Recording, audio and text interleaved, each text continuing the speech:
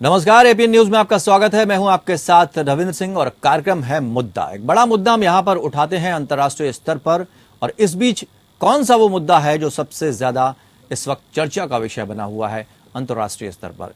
रूस यूक्रेन युद्ध के बीच भारत की स्थिति फिलहाल काफी नाजुक बनी हुई है, जहां एक और अमेरिका सहित दूसरे पश्चिमी देश भारत से रूस का विरोध करने को कह रहे हैं, तो वहीं दूसरी ओर भारत के रूस से ऐतिहासिक संबंध है, जिसका हवाला देते हुए भारत रूस का साथ दे रहा है, ऐसा कहा जा रहा है। हालांकि वो अमेरिका और पश्चिम देशों को नाराज भी नहीं कर रहा। इसी कड़ी में अमेरिकी राष्ट्रपति जो बाइडेन अगले महीने जापान की राजधानी टोक्यो में पीएम मोदी से मुलाकात करेंगे।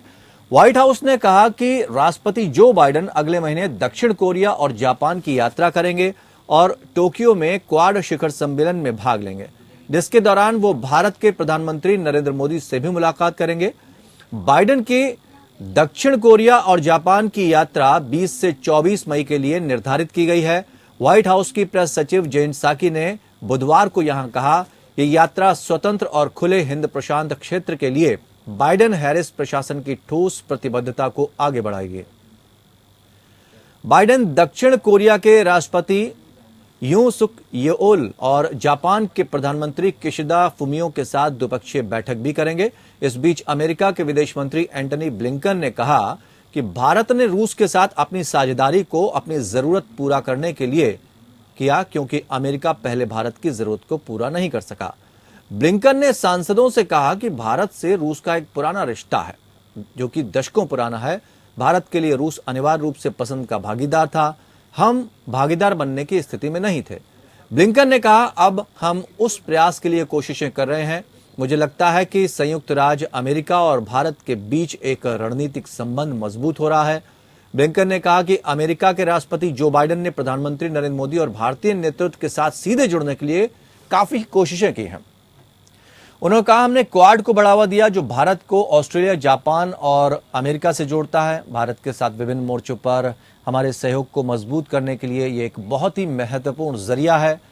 आपको बता दें कि इसी महीने भारत के विदेश मंत्री एस जयशंकर ने एंटनी ब्लिंकन से मुलाकात कर वैश्विक स्थिति, क्षेत्रों और द्विपक्षीय सहयोग पर चर्चा की थी। बाइडेन प्रशासन के तहत दोनों देशों के बीच ये पहली 2+2 मंत्री स्तरीय वार्ता थी। वार्ता की मेजबानी विदेश मंत्री ब्लिंकन और रक्षा मंत्री ऑस्टिन लॉयड ने की। उधर पीएम मोदी 2 से 4 मई के दौरान फ्रांस, जर्मनी और डेनमार्क के दौरे पर रहेंगे। इस साल उनका ये पहला विदेश दौरा होगा, जिसकी शुरुआत वे यूरोपीय देशों से कर रहे हैं। यूक्रेन में जारी संघर्ष के बीच उनका ये दौरा विदेश नीति के लिहाज से अहम माना जा रहा है। पीएम के दौरे का पहला पड़ाव जर्मनी होगा, जहां वे चांसलर ओलाफ शोल्ज से द्विपक्षीय वार्ता करेंगे। इस दौरान पीएम नरेंद्र मोदी जर्मनी में रह रहे भारतीय समुदाय के लोगों को भी संबोधित करेंगे। 2021 में शोल्ज के जर्मनी की सत्ता में आने के बाद से पीएम नरेंद्र मोदी की उनसे पहली मुलाकात होगी। जर्मनी के बाद पीएम नरेंद्र मोदी डेनमार्क जाएंगे, जहां वो दूसरे इंडिया नॉर्डिक समिट में हिस्सा लेंगे, जिसका आयोजक डेनमार्क ही है। वहीं अपनी यात्रा के आखिरी पड़ाव में पीएम नरेंद्र मोदी कुछ वक्त के लिए पेरिस में रुकेंगे और राष्ट्रपति इमैनुअल मैक्रों से मुलाकात करेंगे। इस साल भारत और फ्रांस अपने कूटनीतिक रिश्तों के 75 साल पूरे होने का जश्न मना रहा है। दोनों देशों के बीच गहरे रणनीतिक संबंध भी हैं। भारत बड़े पैमाने पर हथियारों की खरीद फ्रांस से करता रहा है, जिनमें हाल ही में राफेल विमानों की डील भी शामिल है। हाल ही में फ्रांस में हुए राष्ट्रपति चुनाव में इमैनुअल मैक्रों को दोबारा से सत्ता हासिल हुई है। मुद्दा बड़ा है, चूंकि विदेश नीति भी भारत की क्या कहती है, इन सारे सवालों के हम जवाब भी लेंगे। खास मेहमान दो हमारे साथ जुड़ चुके हैं, उनसे हम आपको रूबरू कराना चाहेंगे। और चूंकि विदेश नीति पर भी हम चर्चा करेंगे और साथ ही साथ जिन देशों की यात्रा प्रधानमंत्री नरेंद्र मोदी कर रहे हैं, पहले और वर्तमान की जो परिस्थितियां हैं उसमें क्या अंतर है, इस पर चर्चा करेंगे। अशोक सज्जनहार पूर्व राजनयिक हैं, हमारे साथ जुड़े हैं, और संजीव श्रीवास्तव सामरिक मामलों के विशेषज्ञ हैं। सर, आप दोनों मेहमानों का बहुत बहुत स्वागत है। अशोक जी, आपसे सबसे पहले समझना चाहेंगे, क्योंकि आप डिप्लोमेट भी हैं, सारी चीजों को आपने बारीकी से समझा और जाना है। क्या माना जाए, इस बार की जो यात्रा होगी प्रधानमंत्री नरेंद्र मोदी की इन देशों की, जो 2 मई को वो करने जा रहे हैं, जर्मनी की और बाकी देशों की, क्या परिस्थितियां बदल गई हैं और भारत की स्थिति अंतर्राष्ट्रीय स्तर पर और मजबूत हो गई है, और इन देशों में जाने से भारत के रिश्तों में और कितनी प्रगाढ़ता आएगी?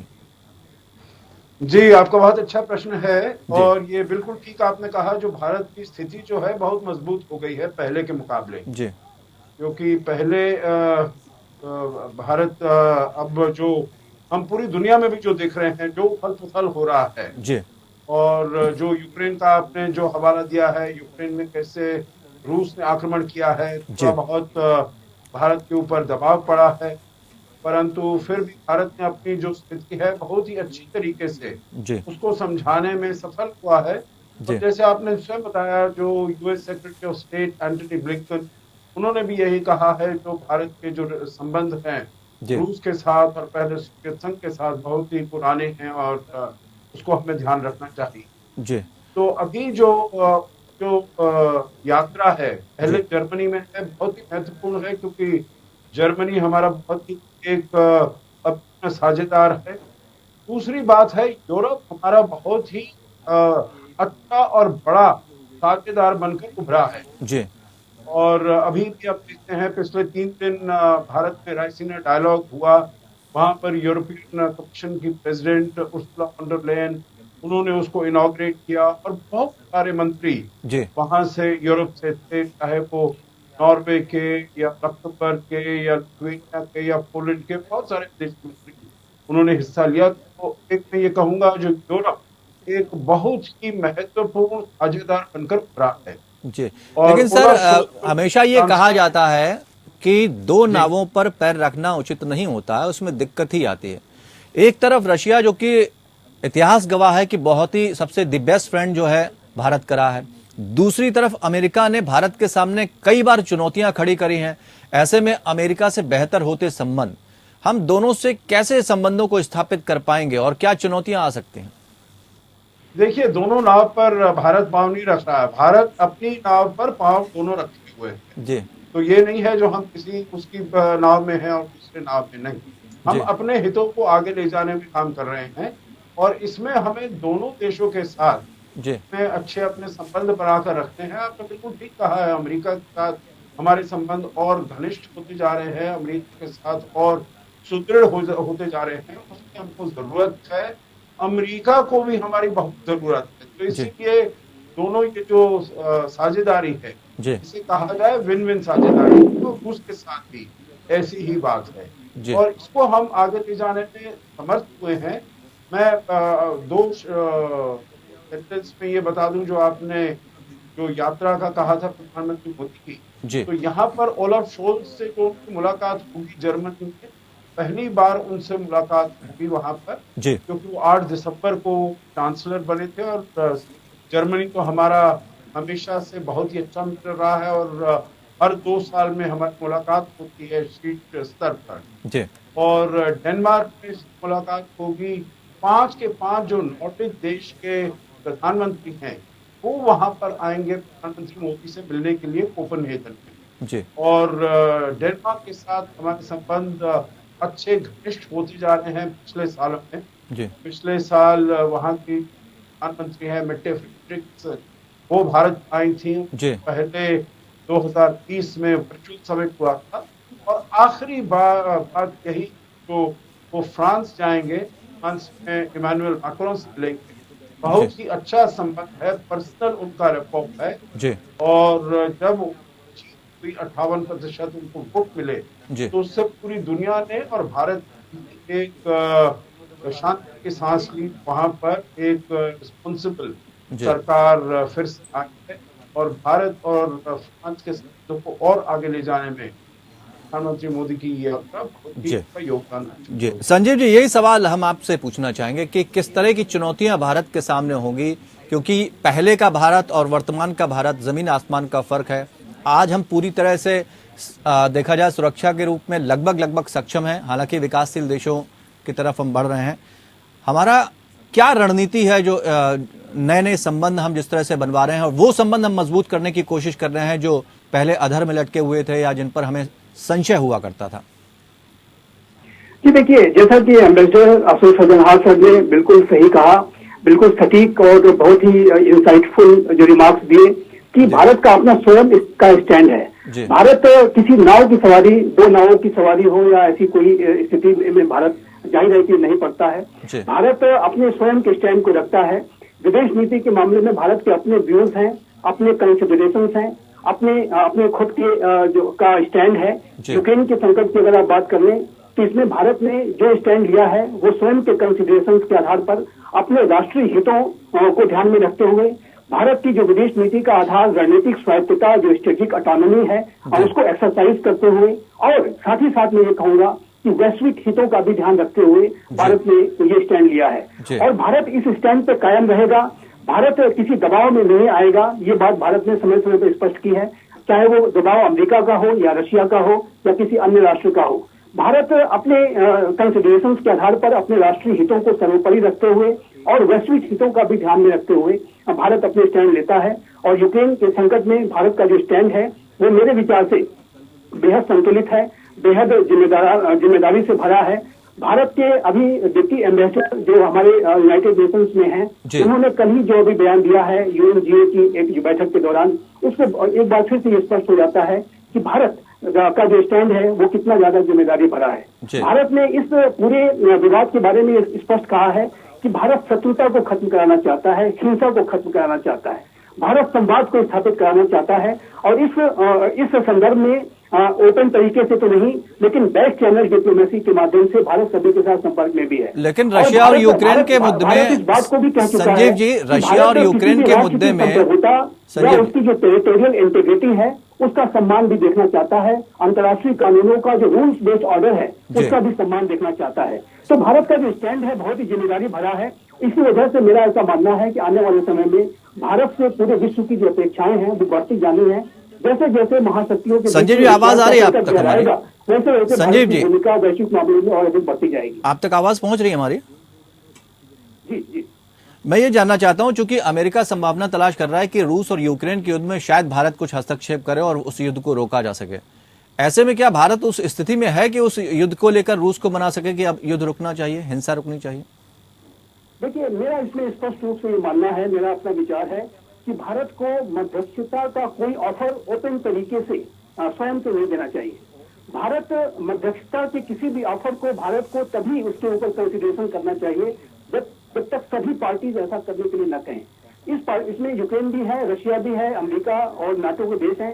जब तक सभी की तरफ से संयुक्त रूप से ऐसा कोई प्रस्ताव भारत के सामने न आए, भारत को स्वयं से किसी एक पक्ष के कहने पर, किसी दो पक्ष के कहने पर मध्यस्थता के ऑफर को स्वीकार नहीं करना चाहिए। लेकिन जहां तक भारत की भूमिका की बात है तो जैसा कि मैं कह रहा था कि जैसे जैसे विश्व में महाशक्तियों के बीच में विश्वास का संकट गहराता जाएगा, रणनीतिक अनिश्चितता बढ़ती जाएगी, वैसे वैसे आप देखेंगे कि भारत की भूमिका आने वाले समय में और अधिक महत्वपूर्ण होते जानी है। और भारत जो विश्व का सबसे बड़ा लोकतांत्रिक राष्ट्र है, एक बड़ी सामरिक शक्ति है, बड़ी आर्थिक शक्ति है, एक बड़ा स्थान पूरे इंडो पैसिफिक रीजन का जो इम्पोर्टेंस बढ़ गया है उसमें रखता है। ऐसे में भारत से अपेक्षाएं बहुत बढ़ गई हैं। अभी क्वाड की जो बैठक जापान में होने वाली है उसमें भी आप देखेंगे कि भारत के जो व्यूज को कितनी गंभीरता के साथ लिया जाएगा। ये क्वाड को लेकर भी चाइना काफी गर्म है और चाइना कई बार तीखी प्रतिक्रिया भी अपना देता है। अशोक जी, हम एक बार फिर आपके पास आना चाहेंगे। भारत को तीन चीजें तलाशनी है। एक तो सबसे पहले उसे अपनी सुरक्षा को देखना है, दूसरी तरफ जो बड़ी ताकतें हैं दुनिया की उनके साथ उनको संबंध भी स्थापित करना, और तीसरी तरफ जो तीसरी बात है, सबसे बड़ा बिंदु है, वो है अपना भविष्य भी तलाशना है। सबसे ज्यादा जो चीज है वो है भविष्य को तलाशना और बड़े देशों के साथ संबंध। ये सारी चीजों को लेकर वो कौन कौन से बिंदु हैं जिस पर भारत को अमल करना है और उसमें भारत अब तक बेहतर करता आया है? देखिए, सबसे पहले आपने जो कहा है, जो अपनी सुरक्षा को हमने देखना है, अपनी सुरक्षा को हमने ये पूरी तरीके से सेफगार्ड करना है, प्रोटेक्ट करना है जी। और उसमें मैं कहूंगा जो कदम भारत ने अभी उठाए हैं पिछले कुछ सालों में जी, और उसमें सबसे ऊपर बिंदु पर मैं कहूंगा आत्मनिर्भरता। अपनी जो कैपेसिटी है उसको बढ़ाना, अपनी जो कैपेसिटी है उसको और डेवलप करना जी। और उसमें देखिए बहुत सारे काम किए गए हैं। चाहे मैं कहूँ जो इंफ्रास्ट्रक्चर जो अपना है बॉर्डर एरियाज में है, चाहे वो चीन के साथ हो, पाकिस्तान के साथ हो, अरुणाचल में हो, वगैरह वगैरह, वहाँ पर सब जगह इंफ्रास्ट्रक्चर जी। उसके बाद अपने आप हम को कैसे सक्षम बनाएं, कैसे सुदृढ़ बनाएं, अपनी डिफेंस कैपेबिलिटी को कैसे पूरा करें। पिछले कुछ सालों में हमने बहुत ज्यादा चाहे वो आयात किया है, परंतु उसके साथ साथ अपनी क्षमता भी बढ़ाई है, आपने देखा होगा कितने सारे हमने अब जो प्लेटफॉर्म है, जो इक्विपमेंट है, जो हम बाहर से इंपोर्ट करते थे, अब हमने ये निर्णय लिया है जो हम अपने आप यहाँ पर बनाया करेंगे। जी। तीसरी बात है जो अब आर्थिक स्थिति है उसको हमें बेहतर करना है, उसको हमने ठीक करना है। और देखिए ये बहुत बड़ी हमारे सामने चुनौती रही है, क्योंकि पिछले कुछ सालों में अगर देखें, चाहे वो कोविड-19 पैंडेमिक रहा हो, उसके जी। साथ कैसे जूझना चाहिए। उसके बाद हमारे वो पास चुनौती आई, अफ़गानिस्तान की चुनौती आई, उसके साथ कैसे जूझना चाहिए। तो ये सब हमने बहुत अच्छे तरीके से इन चुनौतियों के साथ हमने निपटा है। आपने जी। देखा होगा बहुत और जो देश हैं बड़े-बड़े, बहुत ही समृद्ध देश हैं, अमेरिका है, यूरोप है, वो भी कोविड-19 के साथ इतना अच्छा डील नहीं कर पाए। और फिर अपनी जो आर्थिक स्थिति है उस समय में, जी। अब इस साल चाहे वो पैंडेमिक हो या वो रूस और यूक्रेन की लड़ाई हो, जिसमें हमने देखा हमारे एनर्जी प्राइसेस, हम ऑयल कितना इम्पोर्ट करते हैं, गैस कितना इम्पोर्ट करते हैं, 85% ऑयल इम्पोर्ट करते हैं, ऑयल प्राइसेस हाई हो गए हैं। परंतु ये सब देखते हुए हमारा जो इकोनॉमिक ग्रोथ है, जीडीपी ग्रोथ है, जी। वो अभी चाहे आईएमएफ, वर्ल्ड बैंक को 7.4% दिखा रहे हैं, fastest growing economy in the world. जी। तो इसीलिए एक तो अपने को सुदृढ़ और सक्षम करना, और दूसरा आपने कहा अपने अलायंसेस को बनाना। और अलायंसेस वही तो हम बात कर रहे थे, चाहे वो रूस हो, चाहे अमेरिका हो, चाहे यूरोप हो, चाहे ये वेस्ट एशिया हो, पश्चिम एशिया में जो देश हैं, चाहे वो सऊदी अरेबिया है, यूएई है, वो सब देश हैं। साउथ ईस्ट एशिया में क्वाड एक बनकर हमारा अलायंस बनकर उठा है, जी। तो वो हम उसमें भी बहुत सफल हुए हैं। और ये सब ठीक अगर होगा तो जी। आगे चलते हुए हम देख रहे हैं, जो पिछले हमारे 75 साल आज़ादी के हम आज अमृत महोत्सव मना रहे हैं, तो इसको देखते हुए आगे जो 25 साल आएंगे, जब 100 साल हम मनाएंगे, तो मेरे विचार से जो इस अरसे को देखेंगे, वो कहेंगे जो हमने अभी यहाँ पर डिसीजंस लिए और जो काम किया, जी। वो बिल्कुल ठीक काम था, जो कि अपने देश को और ज्यादा सुदृढ़ और ज्यादा शांतिमय और ज्यादा समृद्ध बनाने में हम ये सफल हुए। बिल्कुल। संजीव जी, आपके पास आना चाहेंगे, ये जानना चाहेंगे, क्योंकि कहते हैं कि आप बाहर की तरफ तभी अपना ध्यान ले जा सकते हैं जब आपके पड़ोसी देशों के साथ अच्छे संबंध हों। पड़ोसी देशों को साध के रखना और अंतर्राष्ट्रीय स्तर पर अपनी पहचान बनाना, वैश्विक स्तर पर अपने आप को स्थापित करना, तो ये चीजें दोनों जो है विरोधाभास कहीं ना कहीं क्लियर सामने खड़ा करती हैं। अगर हम पहले चाइना के साथ संबंधों की बात करें, तो चाइना के साथ संबंध हाल के दिनों में हमारे बहुत खराब हुए हैं। ऐसे में क्वाड की जो स्थापना इन्होंने की, क्वाड बनाया है, उसको लेकर भी चाइना ने कई बार कड़ी प्रतिक्रिया अपनी दी। तो क्या लगता है कि चाइना इस चीज से बौखलाया हुआ है और इसमें रूस जैसा कोई एक्शन ले सकता है? जी, आपने बड़ा अच्छा प्रश्न किया। देखिए, ये भारत की जो वर्तमान प्राइम मिनिस्टर मोदी के नेतृत्व की सरकार है, उसकी जो विदेश नीति में नेबरहुड फर्स्ट पॉलिसी पे ये चल रही है। और भारत अपने पड़ोसी राष्ट्रों के साथ भी, चाहे वो कोई भी छोटा पड़ोसी हो, बड़े पड़ोसी राष्ट्र हो, सभी के साथ एक बेहतर संबंध बना के रखना चाहता है। ये अलग बात है कि कुछ राष्ट्रों की जो प्रवृत्तियां ऐसी हैं कि जिसकी की वजह से उनके साथ बेहतर संबंधों को बना रख पाना संभव नहीं है। आपने चाइना का जिक्र किया। चाइना की जो सोच है वो विस्तारवादी, उपनिवेशवादी, आधिपत्यवादी और अवसरवादी है। चाइना की रणनीतिक थिंकिंग में धोखा भी है, और चाइना की जो इस प्रवृत्ति से ये नया जो भारत है, ये पूरी तरह से अवगत है। और इसी वजह से चाइना के साथ ये भारत पोजिशन ऑफ स्ट्रेंथ के साथ ही डील करेगा। जो भी चाइना के साथ जो वार्ताएं हो रही हैं, वो पोजिशन ऑफ स्ट्रेंथ के साथ ही हो रही हैं, और आगे भी ऐसा ही होगा। भारत अपने इंफ्रास्ट्रक्चर डेवलपमेंट प्रोग्राम को तेज गति से टाइम बाउंड मैनर में आगे बढ़ा रहा है, और इंटरनेशनल कोलैबोरेशंस भी भारत लगातार गहरा करता जा रहा है, जो कि चाइना पर लगाम लगाने में बेहद सहायक होगा। इस संदर्भ में मैं क्वाड की भूमिका अवश्य चर्चा करूंगा। क्वाड जो है, ये बेसिकली कोई मिलिट्री अलायंस नहीं है, ये एक इनफॉर्मल जो है पार्टनरशिप है, जो कि विश्व के 4 सबसे बड़े लोकतांत्रिक राष्ट्रों के बीच का जो गठबंधन है। आने वाले समय में क्वाड प्लस का भी आइडिया है, जो कि फलीभूत हो सकता है, जिसमें साउथ कोरिया, न्यूजीलैंड, वियतनाम जैसे राष्ट्र भी क्या ये संजीव जी, क्या ये माना जाए कि चाइना को लगता है, चाइना जो क्वाड की तुलना नाटो से कर देता है कभी कभी, क्या ऐसा संभव है या दोनों चीजें अलग हैं? देखिए, चाइना अपने व्यूज के लिए स्वतंत्र है, लेकिन मुझे नहीं लगता कि क्वाड को नाटो से कंपेयर किया जा सकता है। नाटो एक मिलिट्री अलायंस है जो कि जाहिर है कि एक सैनिक गठबंधन है, और लेकिन जो क्वाड की जो पार्टनरशिप है ये कोई अलायंस रिलेशनशिप नहीं है, ये पार्टनरशिप है। जी। भारत महाशक्तियों के साथ पार्टनरशिप करता है, अलायंस फेस नहीं करता।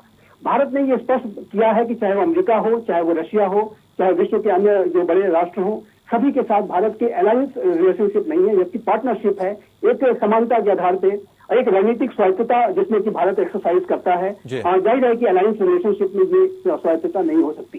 तो ये भारत का जो स्टैंड है, पार्टनरशिप्स का को करने वाला स्टैंड रहा है, यही आगे भी दिखाई देता है।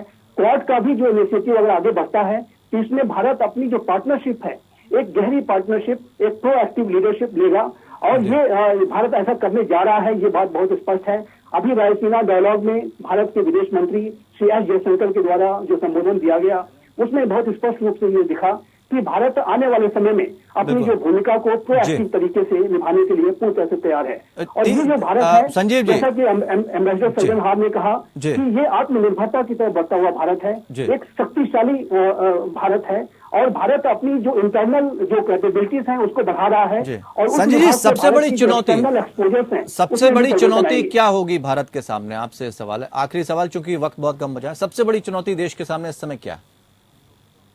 जी, क्या आपने मुझसे किया ये? जी जी जी जी जी, देखिए, वर्तमान समय में भारत का इस समय जो वैश्विक मामलों में जो स्टैंड है वो ये है कि विश्व में रणनीतिक अनिश्चितता बढ़ती जा रही है। महाशक्तियों के बीच में विश्वास का संकट गहराता जा रहा है, एक नए शीत युद्ध का खतरा बढ़ता जा रहा है, और ऐसे में भारत की आने वाले समय में जो भूमिका है वो बहुत ही महत्वपूर्ण हो सकती है। जी, चलिए यही सवाल 30 सेकंड में हम सज्जनदार साहब से ही ले लें। सर, आपसे भी जानना चाहेंगे कि आपको क्या लगता है कि बदली परिस्थितियों में भारत और मजबूत होकर उभरेगा?